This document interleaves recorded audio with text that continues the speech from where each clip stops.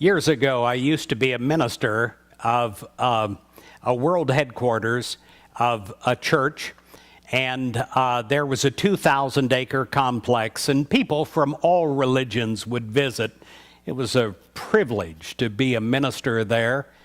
One day, I'm standing in the parking lot with a Catholic nun, and she looks over, and she practically, in front of my eyes, has a spiritual experience. She keeps saying, "Isn't it beautiful? Isn't it beautiful?" Well, all I could see is she was staring at a dumpster, our new dumpster, which was red in color, and she said, "I don't know what that is, but that's the prettiest thing I've ever seen." And finally I said, "Are you talking about that red object over there?" And she said, "Yes." I said, "Well, sister, that is our new dumpster. That's what we put trash into." And she said, "Oh, isn't it beautiful?" You know, spirituality is defined by what we see. It is whether we're looking through the human eyes or God's eyes.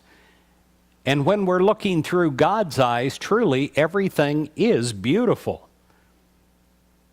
There was a time that I was driving on I-70 outside Kansas City, and my son was in the back seat, Jonathan, and he started to shout. He said, "Stop the car, stop the car." And truthfully, it scared me to death. And so I pulled over to the side of I-70, and he said, "Look," he said, "do you see it?" And I'm looking around, trying to see what he's seeing.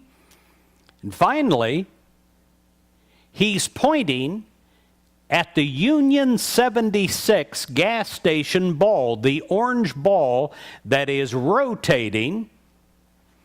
He said, "That's the prettiest thing I've ever seen."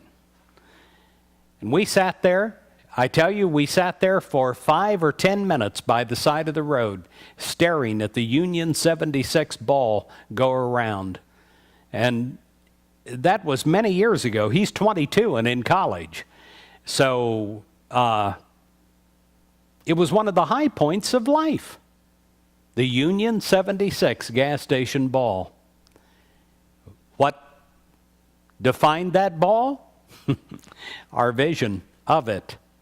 That defines everything. Like the spiritual song says, "I was blind, but then I saw." John Piper, in his book Desiring God, says the chief end of a human is to glorify God by enjoying God forever. Enjoying God is essential to glorifying God. Consider some of the sentences from his book. "It is unbiblical and arrogant to try to worship God for any other reason than the pleasure to be found in the divine. Praising God, the highest calling of humanity and our eternal vocation, did not involve the renunciation, but rather the taking on of joy that are so desired in every human being." George Bernard Shaw said, "This is the true joy of life, the being used up for a purpose, recognized by yourself as a mighty one, being a force of joyful nature instead of a feverish, selfish little clot of ailments and grievances, complaining that the world will not devote itself to making us happy. I am of the opinion that my life belongs to the community, and as long as I live, it is my privilege to do for it what I can in a joyful way." George Bernard Shaw. Well, it is our privilege to do for God in a joyful way what we can. Make your day a joyful day. Make your week that way, your month, your life.